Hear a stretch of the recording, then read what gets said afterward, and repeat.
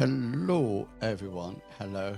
I'm just stopping that sound. I'm not too sure whether or not that sound was actually working, but we will see. Hello, everyone. Yeah, we had a fantastic session last night. Brought that session to a close, that adventure to a close, almost all done and dusted. Just I needed to know what the next adventure was, so I could just sort of like blend them together. And I have to admit, up to this morning, I had no idea what I was doing, no idea where I was going. And I decided to sort of like go right the way back to basics and decide what is actually happening in the world. And I often find that if I'm stuck, if I go back to basics and think about what's actually going on, then things start to sort of like come together. And on a Sunday, I walk down to my mom's and then I take her for a walk and we have coffee, and chat about things that she wants to chat about. And it was while I was walking down there that I decided to think about the next adventure and what was happening. And what I actually do is, because you have to be careful. If you're not focused enough, then things just sort of like you don't actually think. So I'm constantly sort of like talking to myself in my head, trying to unpick what's actually happening. Just to let you know, just down here, scrolling through, these are the encounters and adventures that I'm very proud to say that I've created for Mithras. They work with the imperative rule set. They're underneath the orc license, so you can actually they're all legal. I'm actually going to, because it looks a bit fast at the moment, so I'm just going to increase the time for that. But you can find all those on my Ko-fi site. Okay, then. So first things first, let's just start looking at the basics and work from there. So I had on my sheet this spirit of malice, destruction, pain, and torture, I think it is. And I didn't have a name for this person. And I've come up with a name. I've decided to call her Discordia. It seems somehow appropriate. And I'm finding it very hard at the moment to balance stuff. I always feel it's a real sort of like pushover for my players, and they've got some. Cyrus has damage resistance that goes up to like 8 points. We've got a shield spell that absorbs 11 points.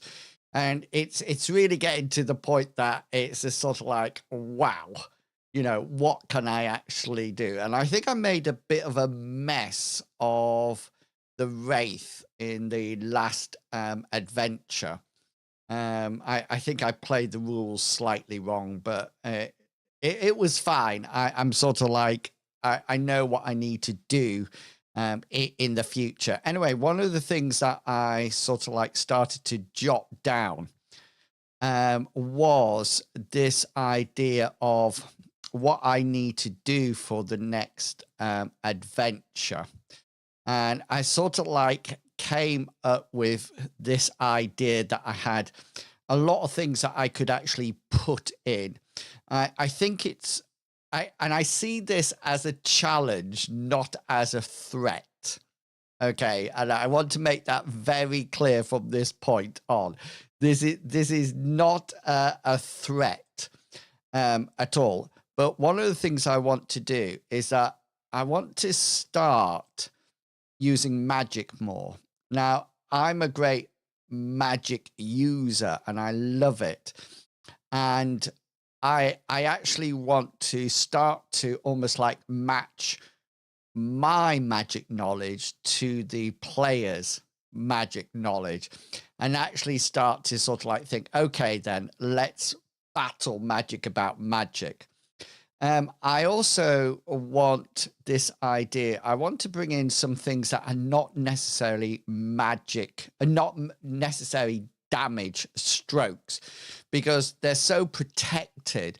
It's very hard to get through them. But I was thinking a lot of combat specials, you don't need to cause damage to actually use them. So things like trip and blind opponent. and pin weapon and things like that. And I thought this would be a really interesting way to go. I also want to start talking about, Bartleby, the theist, has a lot of theist spells, but he doesn't have a lot of time to actually use them or the opportunity. And I want to bring in something like that. So I want to bring in things like the idea of mind damaging or disease or poison, as well as just sort of like hit points and things like that. I also think that if I catch them surprised, then it's going to almost like capture them unaware, and it's going to take them a while to actually figure things out. We're going to come to this. I'll just take that off for the time being. I was looking at this idea of neutralized magic, and you can actually cast that and then use an action, hold magic. And then when the spell is actually cast at you, you can counterspell it by neutralizing it. And I thought this is a nice way to almost like teach the party how they can do it as well. I also had this idea of multiple spell casters as well. And coupled with this, I also was thinking it's time to use specials and luck now. I think the party's got to the point that they're super good. They're really well organized. They've got a good range of spells, and it's almost like time to sort of like match the monsters, the opponents, against them, rather than them coming across as cannon fodder. So almost like starting to use things like, if I get a crit, bypass armor to bypass the damage resistance and things like that. I also think it's a good opportunity for them to see how other specials work. Coupled with this, I also think it's about time I up my skill levels of my mobs as well. Instead, I mean, the little imps, they had an attack skill of 37%, which was like pointless, absolutely pointless. So we've got all that. And then I came across, so this is the idea with good skill rolls and this idea of damage and specials, and it's time to use specials all the time. And I was reading the Theist Magic, and there are some powerful spells in there.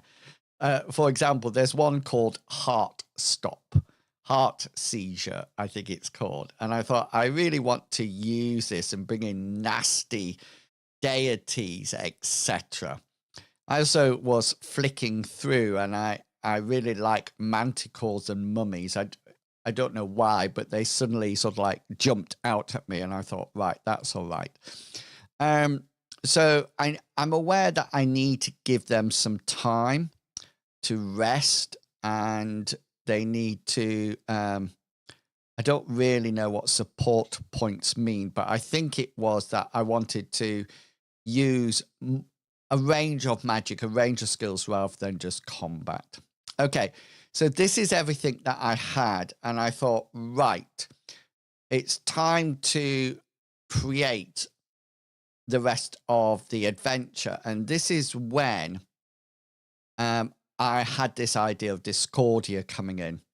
And what I actually thought here is that I want to make almost like a huge amount of followers.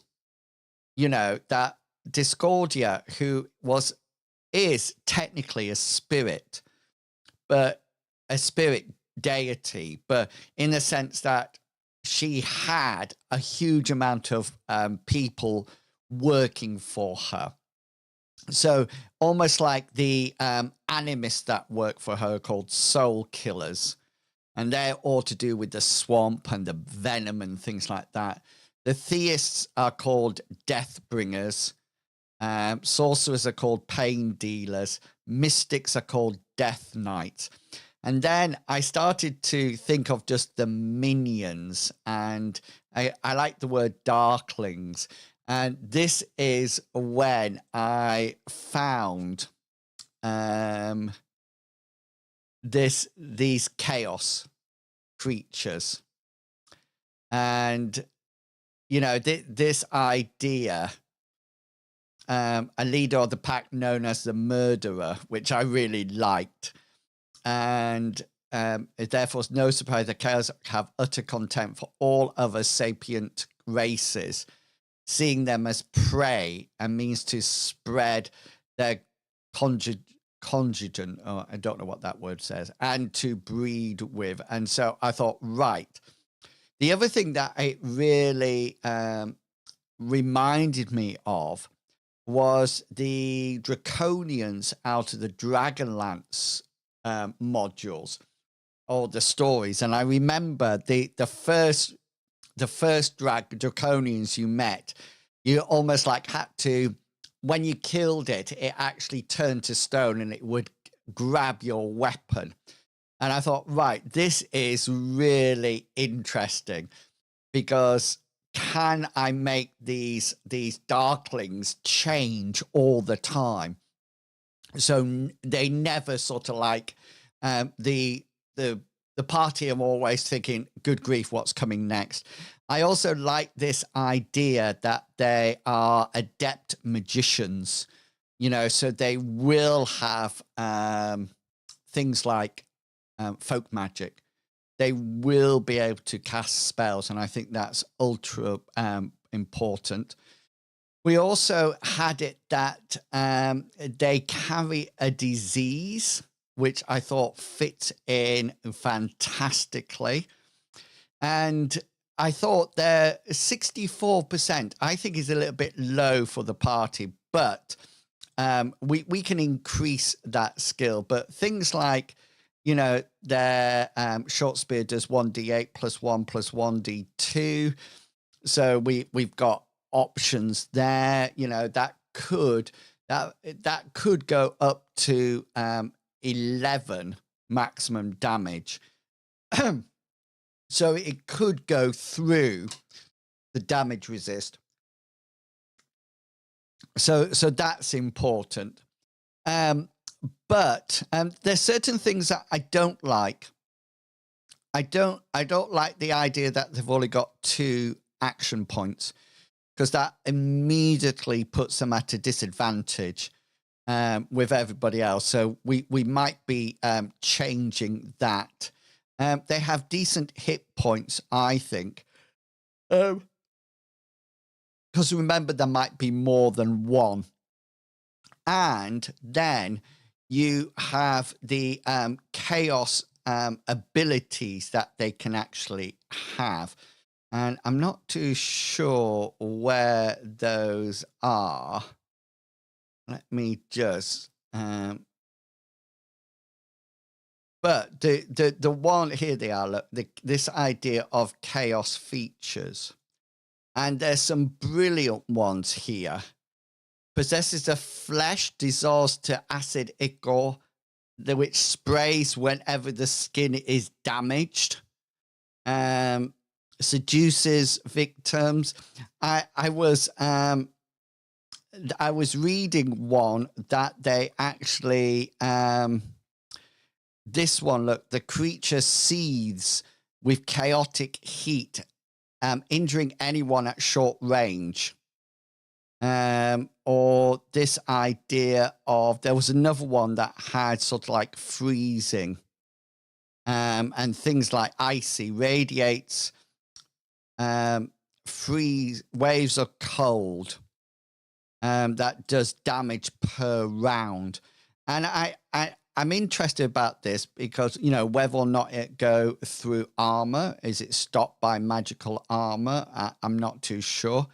But lots of possibility about it, you know, that I could sort of like make a little bit more interesting and more unpredictable.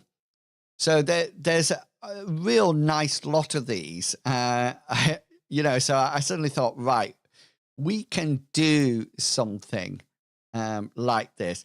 This idea that it recovers 1 hit point per round in every location, unless they suffer a major wound. You know, things like this, I think would be excellent, you know, and you can really mess with them and make them really unique. So I'm going to do some work with those. Those are going to be sort of like the minions.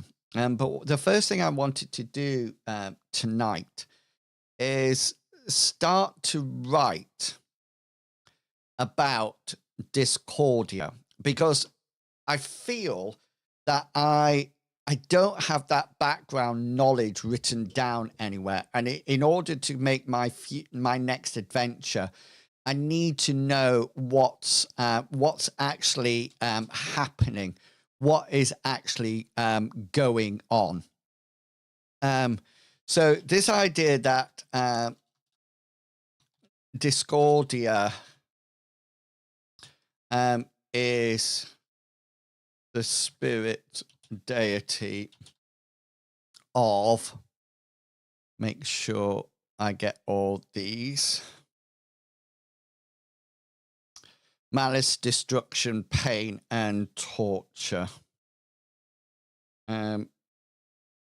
So this is the idea that she rebelled against the other spirit deities. And back in the time when there was more of a primitive viewpoint in Odess, I think even the theists were worshipping spirit deities. That's where their religion came from. And it's only since they became more civilized and more cultured that they started to disbelieve in the spirits and almost like start to create deities, so to speak. And this is an important juncture in Odess, because the spirits are returning, and this is going to present a huge amount of issues.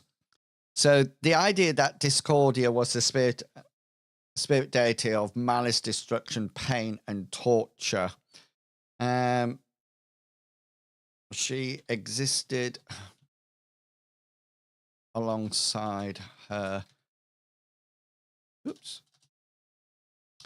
fellow spirits without incident. However, Discordia, capital letter for her. I tell you what we should do. That automatically saved, don't worry. I'm going to do this. Let's put it in.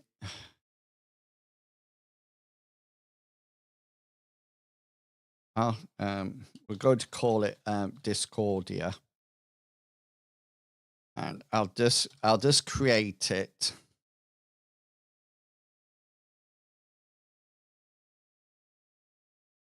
And then submit it, and we'll make it private but published.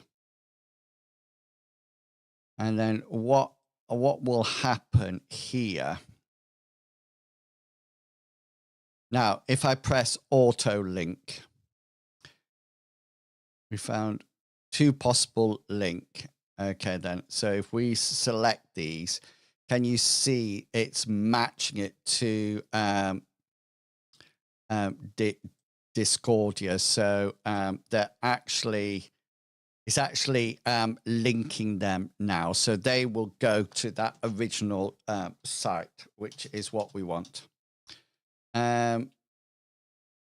However, Discordia was not content being one of the group. My writing is so bad, I apologize. She wanted to be more than that and rule over part of the world. The other spirit deities saw and acknowledged this desire for power and decided it was time to ensure that Discordia would never reach, never achieve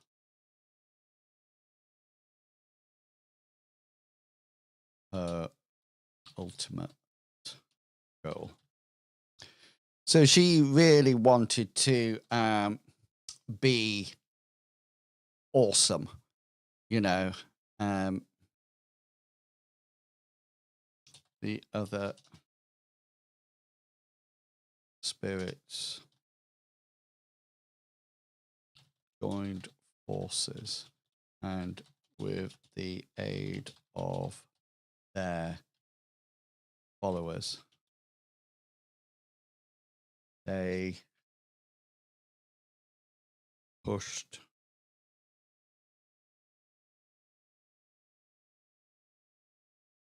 Discordia and her minions into mountain areas. From here, they imprisoned them into tombs, sealed from the outside world. They would, as the spirits hoped, they would slowly die away until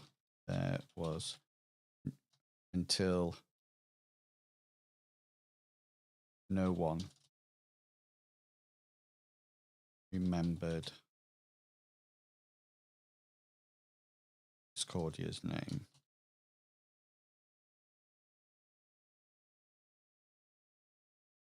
Okay, so that's nice. And then time passed, and the spirits lost favor with the lost favor with the people of Odes. Odes is the campaign world, as their followers deserted them in favor of more modern gods and goddesses.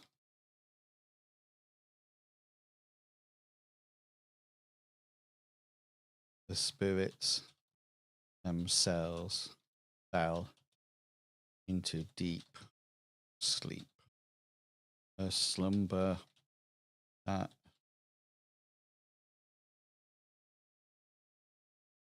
slumbering hibernation that would keep them alive but forgotten.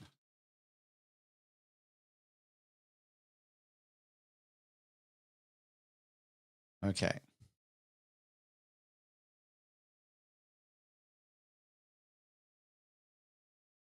as the world moved on. Times were forgotten.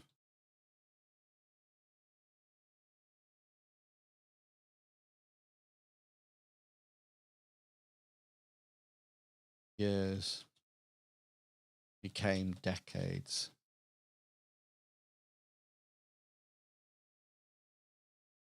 And decades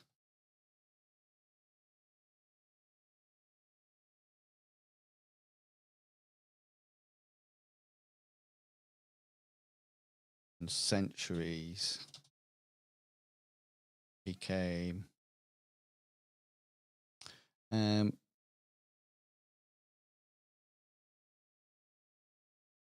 eras.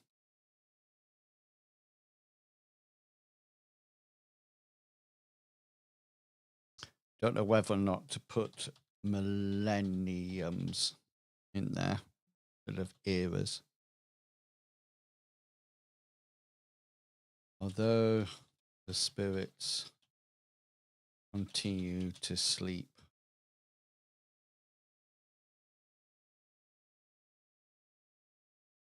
Discordia was awake. She had never deserted her followers or Odes. She knew that she would once again rise to power as the spirits slowly ebbed away. So did their magic, rewards, and bonds that imprisoned Discordia so long ago, slowly started to fail. Small chinks in the prison grew to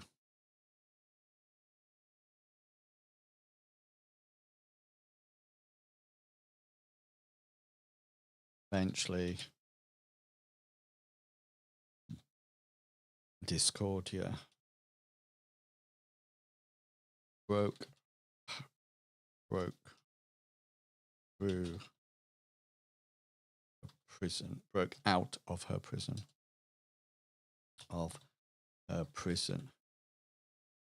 and decided to revenge not only her followers, her loyal followers, but also the people of Odes. Okay.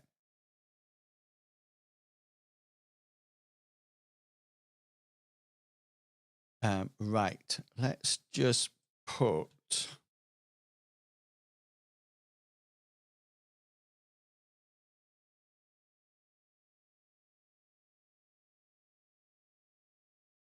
spirit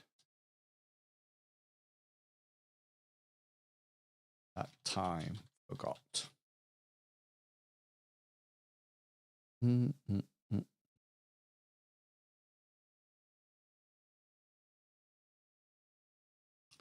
Discordia's plan.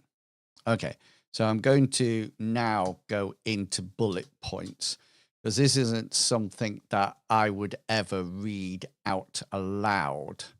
It's more of a reminder for me and what's going on.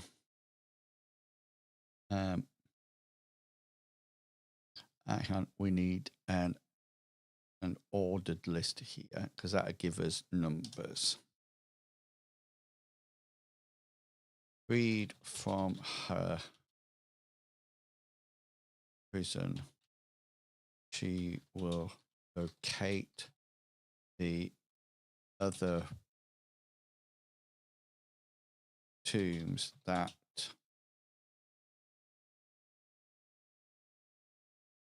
where her loyal followers were being kept.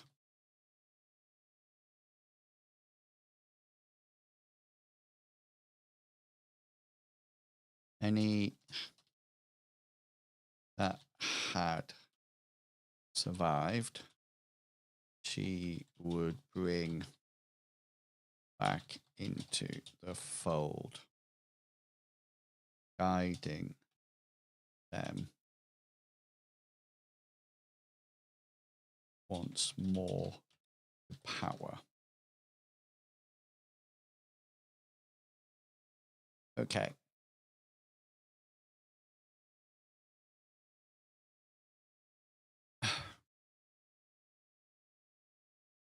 You recognizes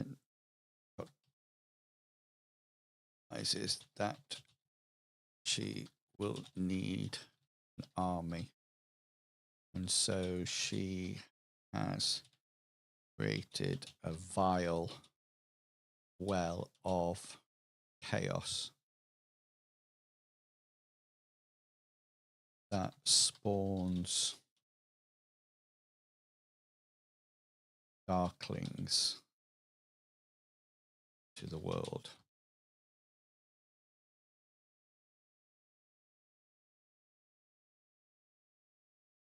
She has also granted her followers, her leaders,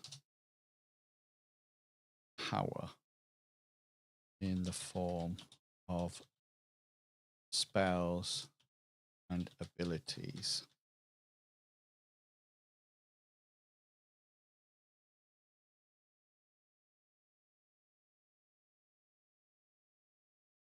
Soul killers, brackets animists,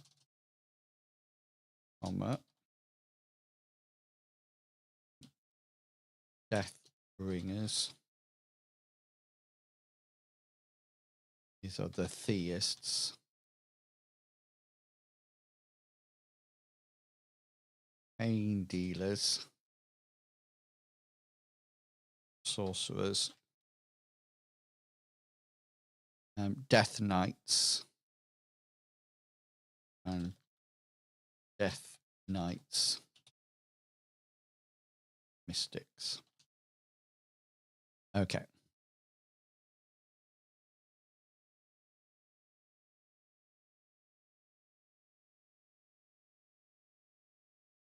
She is currently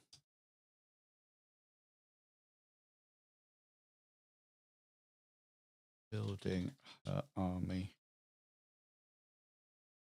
in the mountains till she has sufficient strength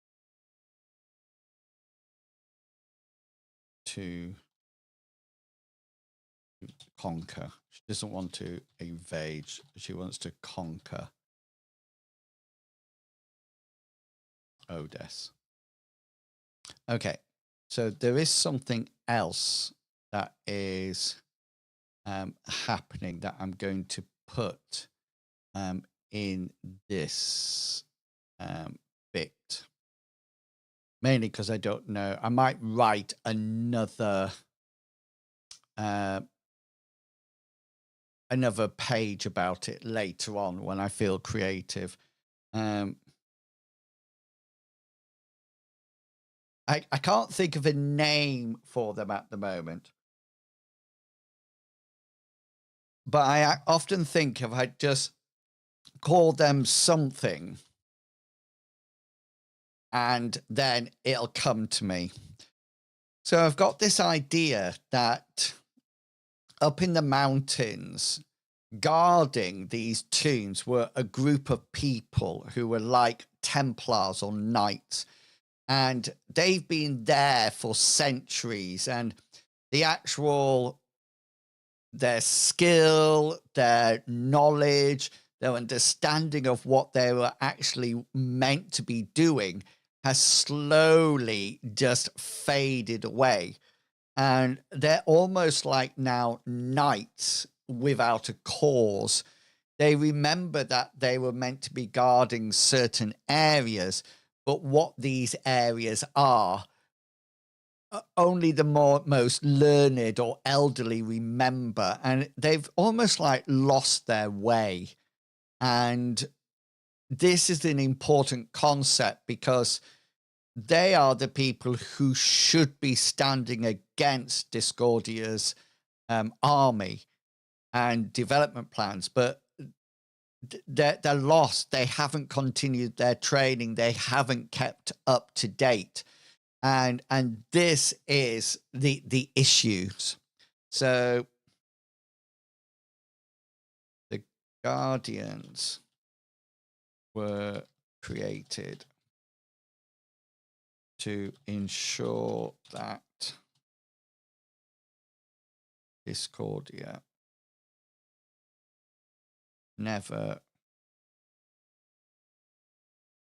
came back to Odes. Their sole purpose was to guard the tombs and ensure that the wards and magic were kept in place. They would also be the first line of resistance if Discordia and her followers returned to Odes. However, as time progressed, they lost their way. They became complacent in their training and magic. Knowledge was lost. Knowledge, values, and purpose were lost.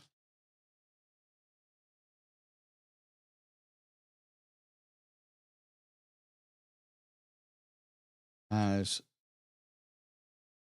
fewer and fewer recruits made the journey into the mountains to become guardians. Their numbers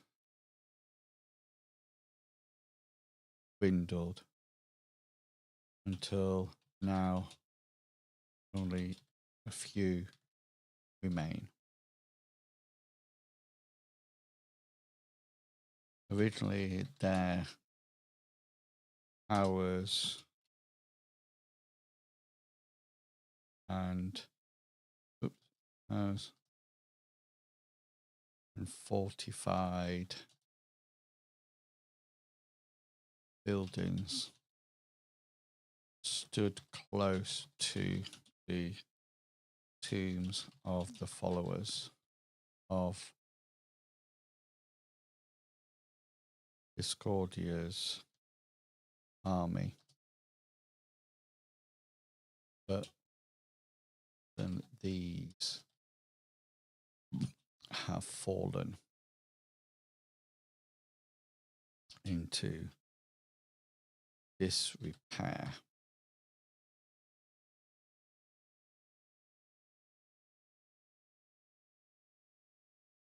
Guardians are lost, and it would appear that that they will fail in their only mission. So one of the things that I was thinking about is that these locations up in the mountains, and I was thinking about possible locations in a mountainous area that we could actually venture in, and I came up with quite a few as I was walking, because I thought about these building these towers, keeps, even fortified buildings. I thought we could have those. We can have mountain passes. So it's literally between, two sheer-sided, and that's always good for combat. I thought we could actually come across lakes, glacial lakes, and also caves and caverns that can come off it. I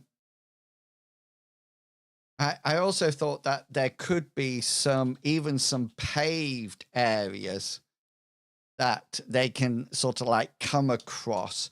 So I almost like want to make this mountainous region. It's almost like the home of the Guardians and where Discordia is. And because the Guardians have almost like lost their way,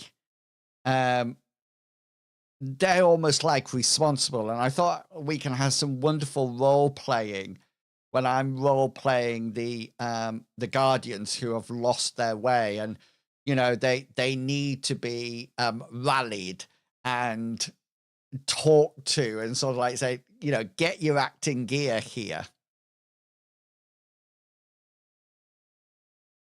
I also thought we could have stone bridges across chasms. I thought that could be an area. So my idea is that once the party have got into the mountains, one of the things that I want them to do is come across one of these almost like mini fortifications. And while they're in there, okay, and sort of like resting or whatever, the first time when they arrive, they notice that there's been a lot of death, a lot of killing. And this idea that, the hybrid chaos monsters have been there, and they're going to find one lowly guardian who's injured, and that's going to be their knowledge to the past. I also want to bring back Ben, who used to be sort of like Bartleby's opposite. Okay, he worships Maroth, which is the dark moon. Well, Bartleby worships Amriel. But there's a wonderful spell that I mentioned early on called Heart Sieger. And I think Ben's been around for a huge period of time. And I think it's about time that he sort of like passes on, that he doesn't stay around forever. And my idea is that somebody's going to try to Heart Sieger Bartleby. But as they cast it, Ben puts himself in between, and he actually dies protecting Bartleby. And that's going to be what will actually happen.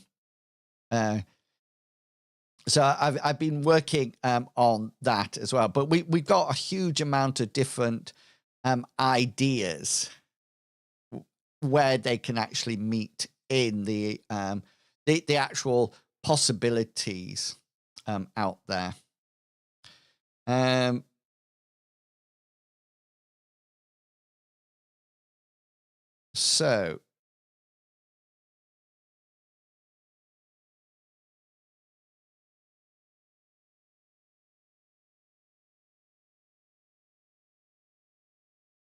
So that's sort of like the end of that bit. So if we just preview it, we just make sure it looks all right. That looks good. That looks good. And I can share that with the party, with the characters, with the players, if I want. Okay, then. So there's one little thing that I need to get clear in my head. And this is the end of this adventure. Okay. And they're going to sort of like go off. And this was one of the things that I was trying to figure out. So, and if there's anybody in the chat, and you know the answer, do pop in and let me know. So one of the things that I was looking at, and I'm looking at it now, here, wither. The spirit is able to physically damage corporeal beings using its spectral combat skill or some other combat skill it possesses. The blow inflicts damage equal to the usual spirit armor that ignores all non-magical parries and physical armor, requiring opponents to evade or flee its attacks. Okay, so it says that ignores all non-magical parries. So if somebody's got blade sharp on, can they actually parry? And it says it non-magical physical armor doesn't stop it, but that sort of like says that magical armor does. And what I was trying to figure out, is this something that the spirit actually does do they have to be manifested to do this? Okay, I presume they do, but can the opponent actually block this attack with his sword, a magical sword, like with if it's got like blade sharp on, or is it's actually done in like spirit combat, so they have to block it with their willpower, but instead of just using causing tenacity to go down, it actually inflicts physical pain as well. And that's something that I'm not too sure, and what I think I might have messed up with, because I was looking at, so we actually had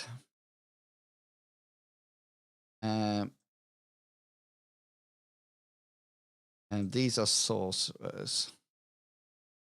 Let's just go to here. I was almost like using the wraith as the idea. It is typical for wraith to manifest as it appeared in life, displaying its armor when they fight using their spectral combat skill, inflicting their spirit damage on a successful attack. The armor wraith manifesting has armor points equal to its intensity. But since wraiths are intangible to physical objects, these armor points only block magical damage. Wraith's attacks are as intangible as the wraith itself, so unless parrying with magical enhanced weapon, any blow the wraith inflicts passes through the defending weapon and armor. Magical armor points reduce the wraith's spirit damage by the magic's intensity.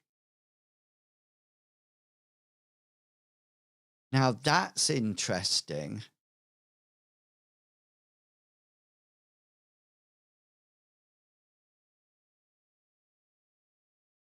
So magical armor points reduce the wraith's spirit damage by the magic's intensity. So not by how much. So wraith's weapons inflict a chilling, insidious form of damage which makes wounds they turn black with necrosis. Should an opponent not possess magical enhanced weapon, then the spirit treats any parry as being an automatic failure, allowing the spirit the opportunity to create special effects. Being impaled by a wraith dagger is very bit as nasty as being impaled by a real one. Okay, then. So the magical armor reduces the wraith's spirit points by the magic intensity. Okay, then. So if we go to, if we look at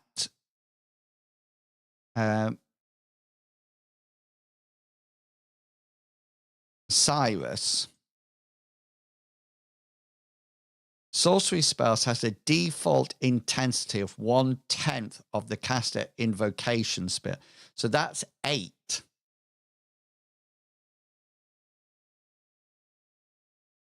And that is the same as his damage resistance. I'm sure of it. With a number of armor points equal to the spell's intensity. Yeah. So that's exactly the same. So that's how I played it.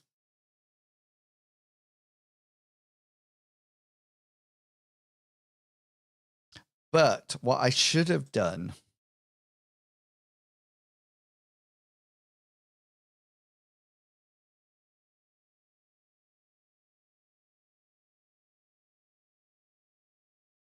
so when it attacked, there should have been no parrying.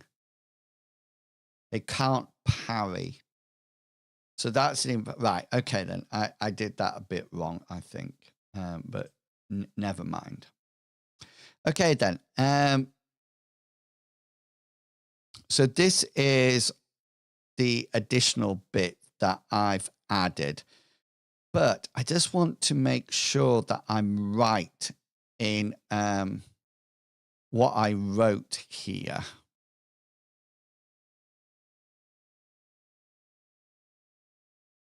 Deserves to be like, such was the case that so dabbled with the spirit. As the shaman's power grew, it became obvious to the other animists that they needed to do something to ensure the evil did not spread. Together, the animists of Odos captured the corrupt saint and sealed him in an underground tomb with its fanatic followers. There he has remained for a century, transferring his spirit from follower to follower.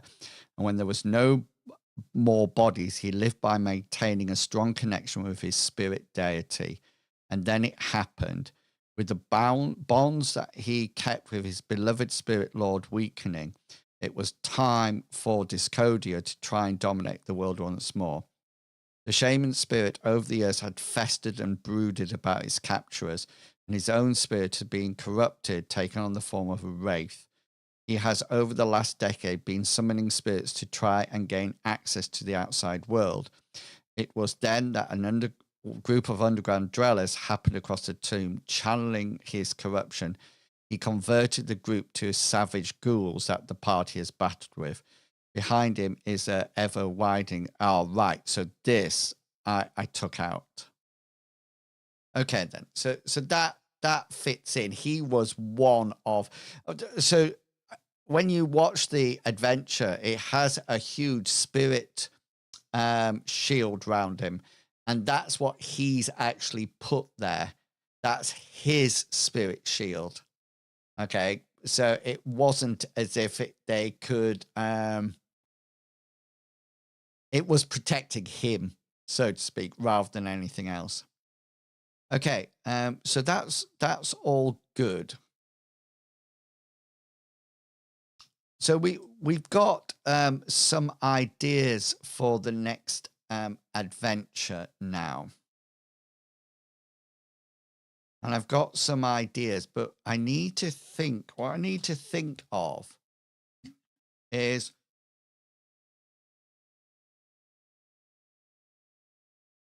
what's the adventure going to entail? Okay. And this is when I like putting a list in. And we might not, because I like to keep these about an hour long, because then my brain starts to go. So first things first. So they're going to escape out of the tomb. I know how they're going to do that. They will see the ruins of a tower nearby.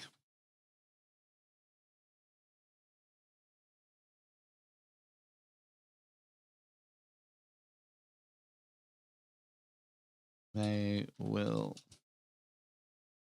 find themselves in the mountains.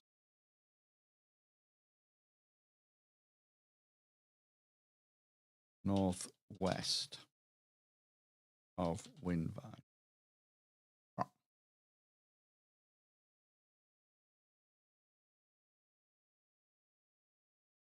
The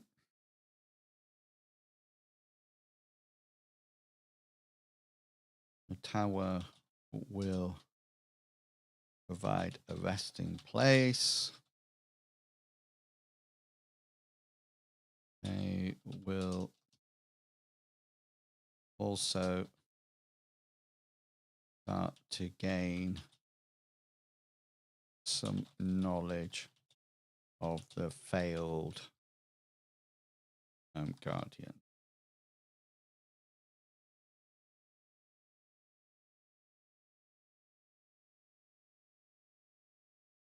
Travel to a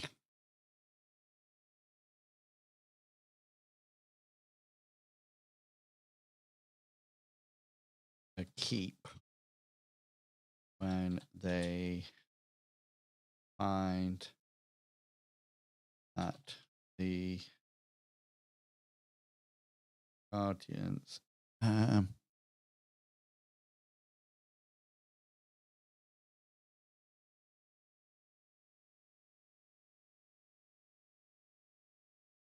have been killed and introduce the darklings.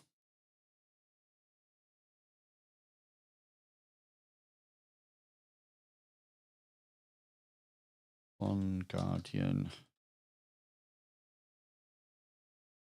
is barely alive, can be brought back to health, and she can tell the story of what is happening.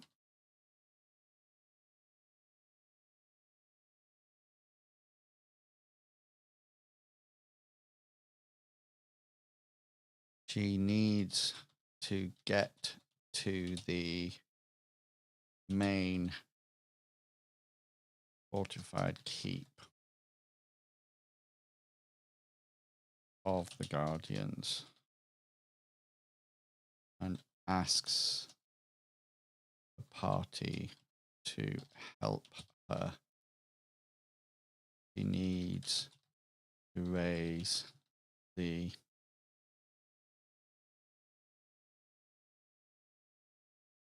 news about what is happening. She will also state that the keep has marked portal that can take them back to their own area if they wish. Hey, Willie Gnome, how you doing? It's lovely to see you. Star, star, star. Where will this take them?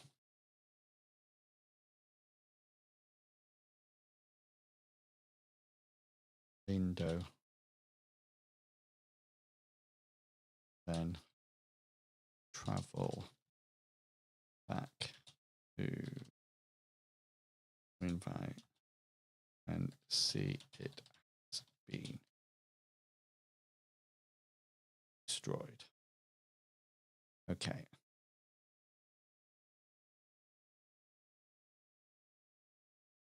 As they travel to the keep, they will encounter manticores.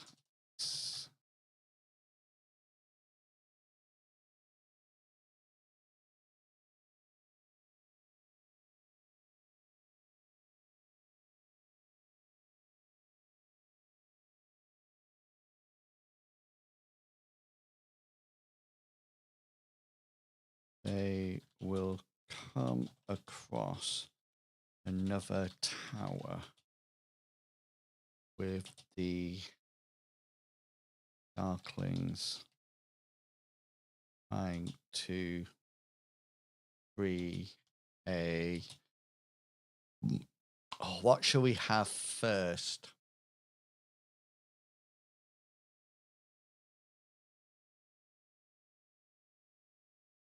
I think a sorcerer.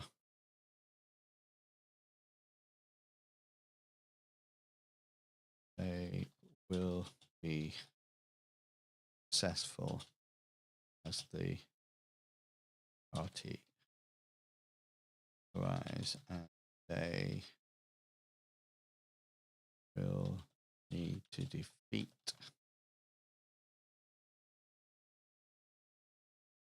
him to prevent him leaving. Possible fly spell to get him away. It's going well, thank you, Willie Gnome. We've done a lot of work. I'll be coming to an end shortly, as we've been streaming for about an hour, and that's about the limit of my not my concentration, more, you know, my ideas.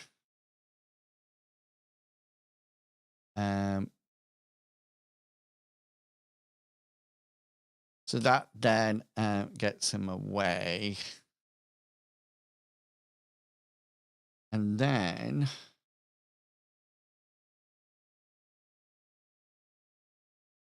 continues to the keep. Guardians are in this array.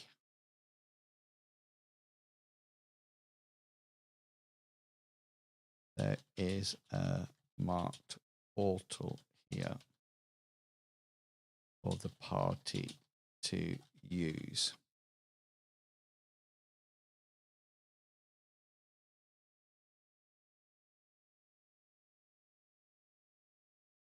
As the keep starts to be surrounded by darklings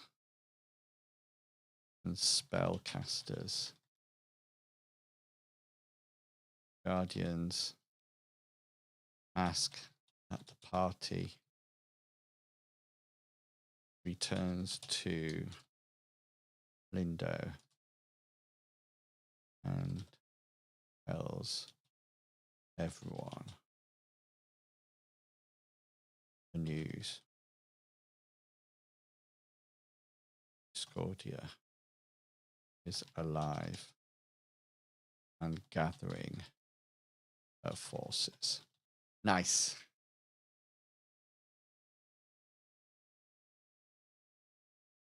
Oh, no worries at all. As long I just talk rubbish to myself, but I'm absolutely fine, thank you. And we've been really, really busy. Having a look at the WoW map over and over for places for midsummer spots. Nice. So we've now got the adventure. I think that's going to be the adventure. We've actually got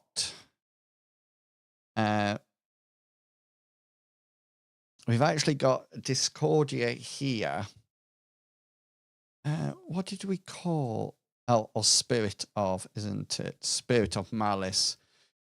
So let's just edit this person.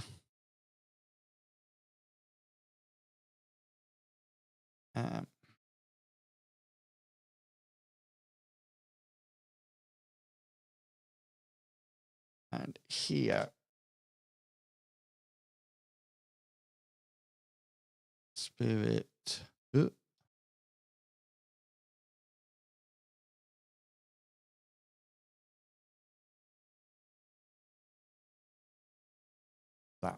That's what we want.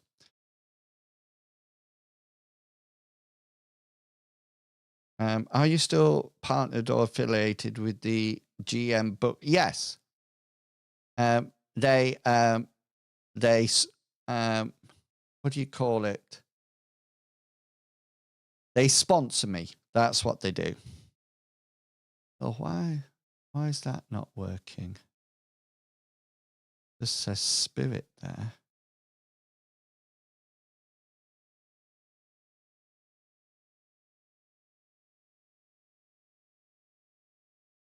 Let's just make sure it saves.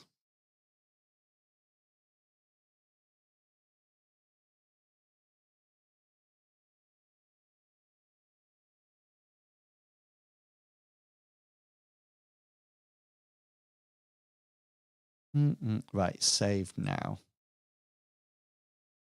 There you go. And then that goes on to this that we've written tonight as well. So, brilliant. A packed night. Thank you so much for coming along and supporting. Remember, if you want to see any of my RPG content, then you can go along to kofi.com/inwils. That is also where my new adventures that I've been cycling through, you can buy those there. And it's also a place that I write a whole load of blog posts, some of which I share with everyone, others that only the supporters can see. So if you are a supporter, then by all means go along and have a look at those. I'm going to head off and get an early night because I've been up since 5 o'clock this morning. But I hope this has been interesting for you, seeing how my brain works to sort of like think about ideas, etc. And yeah, if you have any questions about anything that you saw in the video, do put them in the comments below. I always answer all the comments, any questions in the comments, as long as they're to do with what the video has been about. Okay, I will see you next time. Just to let you know, the last night's adventure has just been edited, and then it will be up very shortly. So you'll be able to go and see the last big boss battle in Mithras. Okay, until next time, look after yourself, everyone, and I will see you later on the week. Thank you for your support. See you all soon.